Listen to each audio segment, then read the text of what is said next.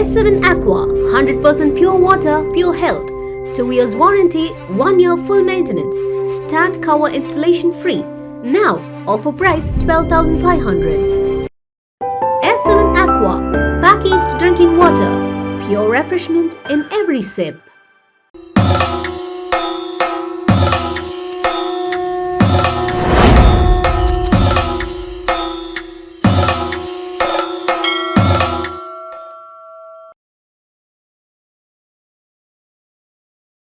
நான் வந்து எல்லா சித்தர்களோட பேசுறது கிடையாது. எல்லாரையும் காட்சி தெரியும். எல்லாரையும் காட்சி கொடுத்துக்கிறாங்க.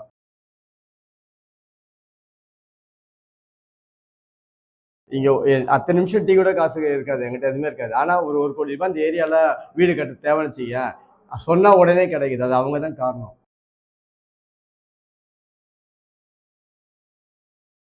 எனக்கு அடிக்கடி சிவன் தான் காட்சி கொடுப்பார். அடிக்கடி எனக்கு என்னை அப்படியே அழகா காப்பாற்றி போறது அவர் தான்.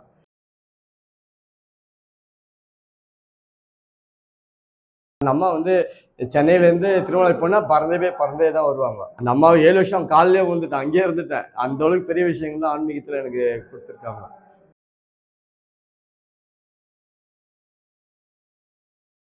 பாபாஜி கிட்ட கேட்குறாரு, உங்களுக்கு என்ன வேணும் அப்படின்னு கேட்டாரு. இதான் சொல்லி எனக்கு ஆன்மீகத்தில் முன்னேற்றம் வேணும்னு சொன்னேன். அவர் இப்படி என்னை பார்த்தவொடனே இந்த எல்லா சக்கராசும் ஆட்டோமேட்டிக்காக எனக்கு வந்து எல்லாம் ஒர்க் ஆச்சு.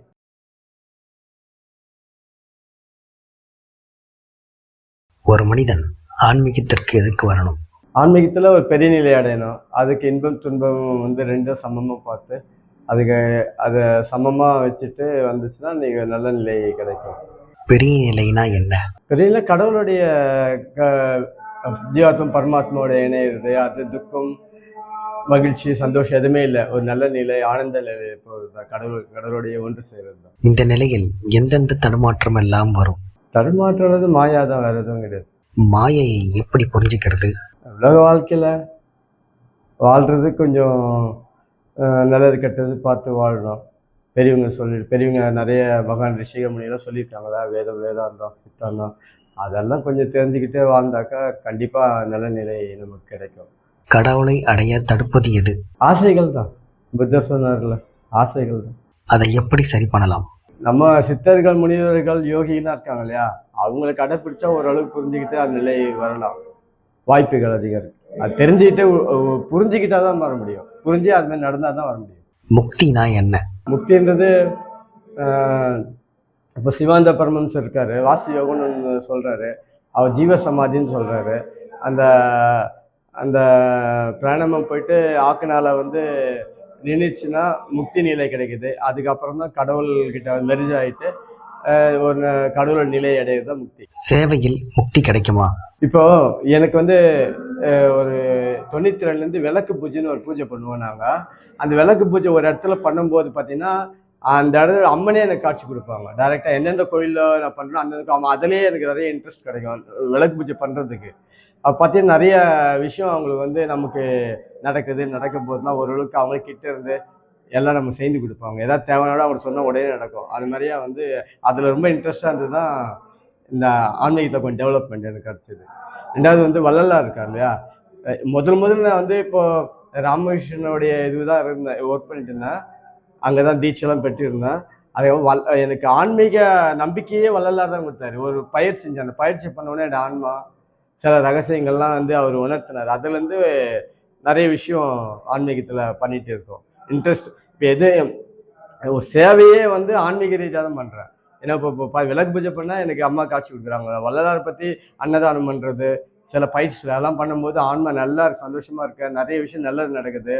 இப்போ நான் ஒன்றுமே இல்லை, எனக்கு வந்து இப்போ வந்து இங்கே அத்தனை நிமிஷம் டீ கூட காசு இருக்காது, என்கிட்ட எதுவுமே இருக்காது. ஆனால் ஒரு 1 கோடி ரூபாய் இந்த ஏரியாவில் வீடு கட்ட தேவைன்னு வச்சுக்க, சொன்னால் உடனே கிடைக்குது. அது அவங்க தான் காரணம். எனக்கே தெரியாது.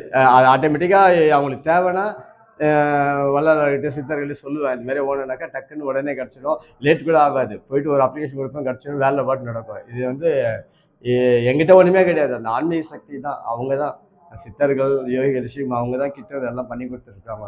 அதனால் அந்த நம்பிக்கை தான் எதாக இருந்தாலும் முடியும் அப்படின்னு நம்பிக்கையே ஆன்மீகம் தான் எனக்கு. எந்த சித்தர்கிட்ட எல்லாம் பேசியிருக்கீங்க?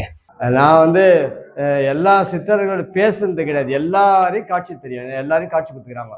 நேராக முன்னாடி நின்று காட்சி கொடுத்துருக்காங்க. எல்லா சித்தருக்கும் எனக்கு தெரிஞ்ச ஒரு 12 சித்தர்லேயும் கொடுத்துருக்காங்க. நிறைய எனக்கு அடிக்கடி சிவன் தான் காட்சி கொடுப்பார். அடிக்கடி எனக்கு என்னை அப்படியே அழகாக காப்பாற்றி போகிறது அவர் தான். இப்போ கோரக்க சித்தர் பரிசவ சித்தர் அவர் பார்த்தீங்கன்னா ஒரு 2 வருஷம் 3 வருஷமா அவர்கிட்ட போய் கேட்கறதுலாம் நாங்கள் அவர்கிட்ட அங்கே தியானம் பண்ணிட்டு கேட்டுட்டு நாகப்பட்டிலேருந்து இங்கே வருவேன். அதுக்குள்ளே விஷயம் முடிஞ்சு சரியாக வந்துடும். எனக்கு கரெக்டாக இங்கே வந்து ரிசல்ட் கிடைக்கும். அந்த அளவுக்கு கோரக்க சித்தர் எனக்கு கிட்ட இருந்து பண்ணிட்டு இருக்காரு. நிறைய இப்போ இந்த சோஷியல் சர்வீஸ்லாம் பார்த்து நிறைய நடக்குது. எனக்கு மாதம் இங்கே 5 லட்ச ரூபா மேலே வந்து தேவை. ஆனால் என்கிட்ட ஒரு பைசா கூட இல்லை. அங்கே சொல்லிவிடுவேன், யாராவது ப்ராஜெக்டில் இப்போ கீழே ஸ்கில் டெவலப்மெண்ட், டெய்லரிங்,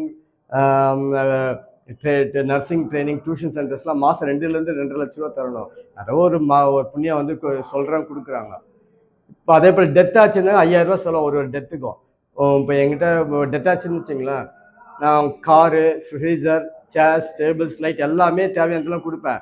அது போய் கூலியை வந்து 5000 ரூபா ஆகிடும். 4 பேர் வச்சு ஒர்க் பண்ண 4 பேர் 4000 ரூபா ஒர்க் பண்ணணும். 4000 ரூபா ஆகிடும். ப்ளஸ் மெயின்டெனன்ஸ் ஆகுதுன்னு 5000 ஆகிடும். அது எப்படி வரும்னு சொல்ல முடியாது. 5000 சொல்லுவேன், 50,000 சொல்லுவேன், 4-5 பேர் இருக்காங்க சொல்லுவேன். எப்படி வரதுனால டக்கு அந்த நேரத்தில் கரெக்டாக வந்துடும். எனக்கு ரொம்ப ஆச்சரியம். கோரக்கசித்தர்கிட்ட போய் சொன்னதுலேருந்து ரொம்ப ஆச்சரியம் எனக்கு. இன்னைக்கு வந்து அன்னதானம் பண்ணணும்னாக்கா நான் ஒரே நாள் காசு கரெக்டாக வந்துடும். நாங்களும் சித்தர்கள் கிட்ட பேச முடியுமா? பண்ணணும்னா இன்னும் பயிற்சி நிறைய தேவைப்படும். அதுக்கு வேண்டிய இதெல்லாம் இப்போ நான் தான் கற்றுக்கின்னு இருக்கேன். இதுமாரி ஆக்சுவலாக இப்போ அன்னதானம் நிறைய சர்வீஸ் பண்ணுறோம்ல, அதுவே ஓரளவுக்கு கொண்டு போயிடும். உங்களை ஆச்சரியப்பட வைத்த சித்தர் யார்? சக்கரை அம்பாள் திருவான்மூரில் இருக்காங்க.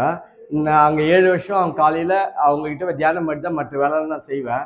அந்த அம்மா வந்து ஒரு நாள் எனக்கு நேராக வந்து காட்சி கொடுத்து ஆன்மீகம் வந்து 3வது கண்ணுன்னு சொல்லுவாங்க இல்லையா, அது ஓப்பன் பண்ணி கொடுத்து அதெல்லாம் சரி பண்ணி கொடுத்துட்டு ஆன்மீக நிகழ்ச்சியெல்லாம் பண்ணி கொடுத்துட்டு போனாங்க. அதுலேருந்து சந்தோஷம். அதனால் 7 வருஷம் அவங்க கூடயே அங்கேயே இருந்தேன். அந்த அளவுக்கு எனக்கு பண்ணியிருக்காங்க. அந்த அம்மா வந்து சென்னையிலேருந்து திருமலை போனால் பறந்தே தான் வருவாங்க.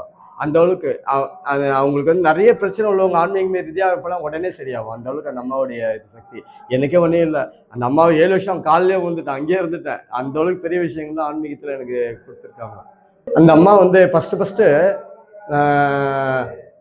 ஆப்ரேஷன் பண்ணுறாங்களா, கத்தி இருக்குல்ல, நஞ்சுன்றாயன்னு அவங்க சிஷியன் ஒருத்தர் இருந்தார். அது அம்மாவுடைய சிஷியை தான். அவங்களுக்கு அவர் அம்மாவை கேட்டு தான் ஒரு மருத்துவம் பண்ணுவார். அப்போ தான் அந்த ஆப்ரேஷன் கத்தியே அப்போ தான் இவங்களுக்கு எப்படி இருக்கும், எப்படி ஆப்ரேஷன் பண்ண, என்ன நோயின்னு அவருக்கு நம்ம தான் சொல்லி கொடுத்து அவர் சக்ஸஸ்ஃபுல்லாக வாழ்ந்துட்டு இருந்தார். அப்போ மருத்துவத்துலேயும் அம்மா பெரிய ஆள், ஆப்ரேஷன் பண்ணுறதுலையும் பெரிய ஆள், ஆன்மீக சக்தி உள்ளவங்க. இதுமாரி இப்போ எந்த காலம் வண்டி இல்லாத போதெல்லாம் பறந்து எங்கே போனாலும் சரி, இமாலயஸ் போனாலும் சரி, திருவண்ணாமலை போனாலும் சரி, பறந்து தான் வருவாங்க. அது வந்து நேரடியாக வந்து ஆங்கிலேயர் இருக்கும்போது அவங்க கையாலே எழுதியிருக்காங்க. திருவிக்கா எழுதியிருக்காரு. நிறைய பேர் அவங்க காட்சி கொடுத்து இப்போ கலியுகத்தில் பார்த்தீங்கன்னா நல்லா என்ன பண்ணாலும் நல்லா டெவலப் பண்ணியிருக்காங்க. அவங்க பறக்கிறத பார்த்துருக்கீங்களா? இல்லை அவங்க பறக்கிறது பார்த்துல எனக்கு காட்சி கொடுத்துருக்காங்க. நேராக வந்து அதெல்லாம் ஒரு பறக்க நான் பார்த்ததே கிடையாது. காட்சி கொடுத்துக்கிறாங்க. பாபாஜியை பார்த்துருக்கீங்களா? பாபாஜி தான் ரொம்ப ஆச்சரியமான விஷயம் என்னன்னாக்கா, பாபாஜி வந்து நான் அவருடைய ஃபர்ஸ்ட் யோகா அப்படின்னு வந்தாக்கா பாபாஜி கிரியா யோகா தான் நான் ஆரம்பிச்சு கற்றுக்கிட்டு. அது கற்றுனே இருக்கும்போது நான் வந்து இமாலயஸ் போய் பாபாஜி பார்க்கணும் அப்படின்னு சொல்லிட்டு ரொம்ப முயற்சியில் இருப்போம். நாங்கள் ஒரு 4-5 பேர். ஒரு வாட்டி பாபாஜி வந்து ஹாஸ்டல் பாடியிலேருந்து ஒரு டாக்டர் வடிவாக வராரு. ஒரு பூனால் ஃபஸ்ட்டு பாபாஜியோடைய சென்டர் ஓப்பன் பண்ணுது. அதான் அங்கே எப்பயாவது ஒரு வாட்டி வர்றோம். அப்போ எனக்கு சொன்னாங்க, பாபாஜி பூனால் வராரு, இந்த அட்ரஸில் வராங்க. நான் உடனே நைட்டு சொன்ன ஒரு 1 ஹவர் நைட் ஏறி நான் வந்து பூனால் காலையில் அனுப்பிட்டேன். கிளம்பி அங்கே போயிட்டு உட்காந்துட்டு பாபாஜி அன்னைக்கு வந்தார். பாபாஜி நாங்கள் சொன்னாங்க, அவங்க தான் பாபாஜி வந்தார். பாபாஜி கிட்ட கேட்குறாரு, உங்களுக்கு என்ன வேணும் அப்படின்னு கேட்டார். இதான் சொல்லி எனக்கு ஆன்மீகத்தில் முன்னேற்றம் வேணும்னு சொன்னேன். அவர் இப்படி என்னை பார்த்தவொடனே இந்த எல்லா சக்கராசும் ஆட்டோமேட்டிக்காக எனக்கு வந்து எல்லாம் ஒர்க் ஆச்சு. கிட்டே போக முடியல. அப்புறம் சொன்னார், நீ ஆன்மீகத்தில் நல்ல நிலையை வருவேன், நீ இனிமேல் எங்கேயும் வராது, நீ கூப்பிடு, நான் வர உயரத்துக்கு அப்படின்னு எனக்கு உத்தரவு கொடுத்தாரு பாபாஜி. 1000 வருஷமா உயிரோடு இருக்காருன்னு சொல்கிறாங்களே, உண்மைதானா? பார்க்க முடியுமா? உண்மைதான், பார்க்க முடியும். கண்டிப்பாக இப்போ வந்து ஒரு தவம் பண்ணுறவங்க அவருக்கு இப்பவும் பார்க்க முடியும். அவரை எளிய முறை தவம் சொல்லித்தர முடியுமா? மூச்சு கவனிக்கிறது எளிய முறை தவம். கொஞ்சம் மூச்சு வந்து பஸ்திகான்னு ஒரு இது இருக்குது, அது பண்ணிட்டு பிறகு நீங்கள் மூச்சை கவனிச்சிங்கனாக்கா நல்ல ஒரு நிலை கிடைக்கும். தவம் பண்ணுறவங்க பாதியில் எடுத்துடுறாங்களே, ஏன்? இல்லை, எல்லாம் அவங்க கையில் தேவைகள் அதிகமாக இருக்கும். அது தேவைகள் வரும்போது கண்டிப்பாக இது கட்டாயம் அதை போக தான் செய்யும். மற்றபடி எதுவும் கிடையாது. அவங்களுக்கு தேவைகள் நிறைய இருக்கும். தேவைகள் இருக்கும்போது தவம் கட் பண்ணி தேவைக்கு தான் போக முடியும். அப்போ இது தவம் தேவைன்னா தவகத்துட்டு போகிறோம். நான் கூட பார்த்தீங்கன்னாக்கா தேவைகள் அதிகம் தான் ஓடிட்டு இருக்கேன், தவம் கம்மியாக இருக்குது. இப்போ திடீர்னு நான் பண்ணுவேன், எல்லாத்தையும் க்ளோஸ் பண்ணிட்டு யார்கிட்ட பொறுப்பை விட்டு தவம் பண்ணுவேன். அப்படி தான் போயின்னு இருக்கும். அவங்க மைண்ட் செட்டை பொறுத்து தான் எல்லாம். தவத்தில் எல்லாமே சாத்தியமா? சாத்தியம் சாத்தியம் சாத்தியம். அப்படி தவத்தில் என்னதான் கிடைக்கும்? நிரந்தர சுகம் கிடைக்கும். இன்பமே எப்பவுமே நீங்கள் வந்து எதுக்காக சம்பாதிக்க சந்தோஷமா இருக்குதுல்ல, அது ஒன்றுமே எதுவுமே இல்லாத சந்தோஷமா இருக்கலாம். குரு எப்போ கிடைப்பார்? அவங்க உள்ளுக்குள்ள வந்து குரு வந்து குரு தேவைன்னு சொல்லிட்டாருன்னு வச்சுங்களேன், வெளியில சுத்த வேணாம். அவரை குருவே நம்மளோட வாழ்க்கையை பொறுத்து நம்ம செய்கிற ஒழுக்கமான வாழ்க்கை, நிறைய சர்வீஸு, நல்ல நல்ல விஷயங்கள் நிறைய பண்ணிட்டு அவங்களே நமக்கு நிறைய விஷயம் சொல்லி கொடுத்துட்டு போயிடுவாங்க. நம்ம போய் தேடின கூட அவசியம்லாம் இருக்காது.